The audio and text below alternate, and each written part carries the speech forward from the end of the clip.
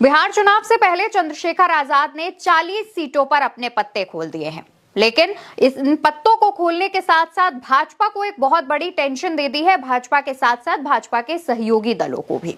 अब आखिर 40 सीटों पर सिर्फ पत्ते खोलने में भाजपा को इतनी टेंशन क्यों हो रही है, या फिर उनके सहयोगी दलों को, जबकि आजाद समाज पार्टी अभी उतनी बड़ी पार्टी नहीं है जितनी बड़ी भाजपा और उसके सहयोगी दल है। इसके पीछे की जो वजह है दोस्तों वो ये है क्योंकि उत्तर प्रदेश में चंद्रशेखर आजाद जाना माना नाम है, दलितों में एक बहुत बड़ा चेहरा है और उनकी लोकप्रियता दिन पर दिन बढ़ती जा रही है। बिहार में उन्होंने चुनाव लड़ने का जब ऐलान किया था तब उनके इस बात को हल्के में लिया जा रहा था। अटकलें लगाई जा रही थी कि हो सकता है कि वो महागठबंधन के साथ गठबंधन कर लें और फिर चुनाव में उतरे, लेकिन चंद्रशेखर आजाद ने साफ कर दिया था कि वो बिहार में अगर चुनाव लड़ेंगे तो खुद अकेले चुनाव लड़ेंगे, किसी भी गठबंधन में शामिल नहीं होंगे।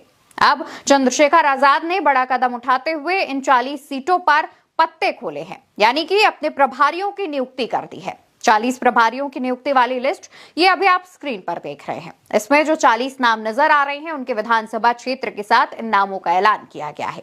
इसमें करीब 10 अल्पसंख्यक समुदाय से भी लोग शामिल हैं, यानी कि अल्पसंख्यक समुदाय को भी इससे साधने की जो कोशिश है वो चंद्रशेखर कर रहे हैं। इसके अलावा चंद्रशेखर खुद दलित नेता हैं और वो दलितों की आवाज मुखरता के साथ उठाते रहते हैं, तो ऐसे में चंद्रशेखर के साथ दलित वोट बैंक ज्यादा संख्या में जा सकता है और दलित बिहार में तीसरी सबसे बड़ी आबादी मानी जाती है। इसके अलावा अल्पसंख्यक को भी साधने की कोशिश चंद्रशेखर कर रहे हैं, जैसा कि उनकी लिस्ट से नजर आ रहा है।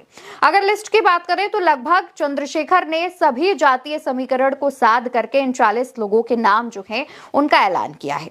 आमतौर पर कहा यह जाता है, क्योंकि अगर हम देखें तो चंद्रशेखर आजाद की तरफ से जब प्रभारियों का नाम जारी किया जाता है तो ऐसा तमाम लोगों का कहना यह है कि उन्हीं प्रभारियों को चुनाव में टिकट दे दिया जाता है। तो ऐसे में माना जा रहा है कि जिन क्षेत्र से इनको प्रभारी बनाया गया है उन्हें इस क्षेत्र से टिकट भी दी जा सकती है। हालांकि भाजपा को जो टेंशन हो रही है वो इस बात की है क्योंकि भाजपा के पास दलित चेहरा नहीं है, भाजपा के पास कोई बड़ा दलित नेता नहीं है और दलितों के वोट बैंक को हथियाने के लिए वो अपने सहयोगियों के कंधे पर टिकी है, जिनमें पहला सहयोगी जीतन राम मांझी और दूसरा सहयोगी चिराग पासवान है।